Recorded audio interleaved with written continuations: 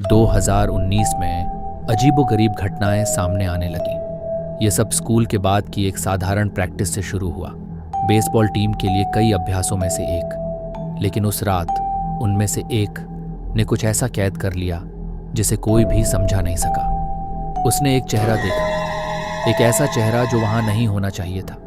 कोई आवाज नहीं, कोई पदचिह्न नहीं, केवल वे भयावह छवि जिसे उसने रिकॉर्ड किया था। लेकिन वे आकृति फिर कभी नहीं देखी गई, कम से कम उस रात नहीं। थोड़ी देर बाद फुसफुसाहट शुरू हो गई। रात के अंधेरे में धीमी आवाजें, समझने के लिए बहुत कम, बेडरूम की खिड़कियों के बाहर गूंजती थी, जो सुनने की हिम्मत रखने वालों के कानों में घुस जाती थी। लड़कों में से एक, कार्टर, ने उन्हें सुना, अपनी खिड़की के बाहर और बाद में अपने दरवाजे के बाहर। और फिर चीख, एक ऐसी चीख जो किसी और जैसी नहीं थी, गहरी, विकृत, अपनी ही आवाज में डूबे हुए आदमी की तरह। वह वहां खड़ा था, देख रहा था, चीख रहा था, बिना किसी रूप, बिना किसी पहचान वाली एक छाया। 2 हफ्ते बाद उपस्थिति वापस आ गई। एक दरवाजा जो नहीं खुलता था, मानो किसी अदृश्य शक्ति ने उसे बंद कर रखा हो। 30 मिनट बीत गए और जब आखिरकार दरवाजा खुला तो वह आकृति कहीं नहीं दिखी।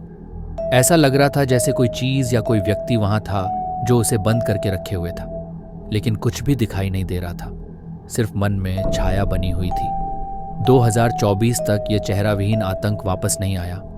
इस बार इसे हाई स्कूल फुटबॉल खेल के दौरान देखा गया, एक काली चमक कोने से कोने तक दौड़ती हुई। इसका आकार, गर्दन लंबी थी, बहुत लंबी।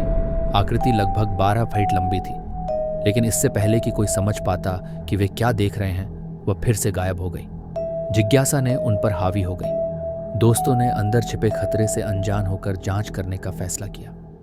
एक दरवाजा जो कुछ ही पल पहले बंद हुआ था, अब खुला था, उन्हें अंदर आने के लिए आमंत्रित कर रहा था। जैसे जैसे वे आगे बढ़े, पदचिह्न उनके पीछे पीछे आते गए। एक छाया हर कदम के साथ करीब आती जा रही थी और फिर उसने खुद को प्रकट किया। उसकी कोई आंखें नहीं थीं, केवल अंधेरे खोखले सॉकेट थे। उसकी मुस्कान हमेशा के लिए फैल गई और उसकी भुजाएं उसके शरीर जितनी लंबी थीं, उसे अपनी ओर खींचती हुई और भी तेजी से। हर कदम के साथ वह आकृति उनके करीब आती गई और खुद को और करीब खींचती गई। हताशा ने उनके भागने को बढ़ावा दिया, लेकिन जब वे बाहर निकले तब भी वह घूरता रहा और इंतजार करता रहा। वे रात में फिर कभी क्रेस्ट व्यू हाई नहीं लौटे, लेकिन छाया बनी हुई है, अगले के अपने रास्ते को पार करने की प्रतीक्षा कर रही है। कभी कभी अतीत मरता नहीं है, कभी कभी वह इंतजार करता है। और क्रेस्ट व्यू हाई में चेहरा विहीन छाया अपने अगले शिकार की प्रतीक्षा करती है।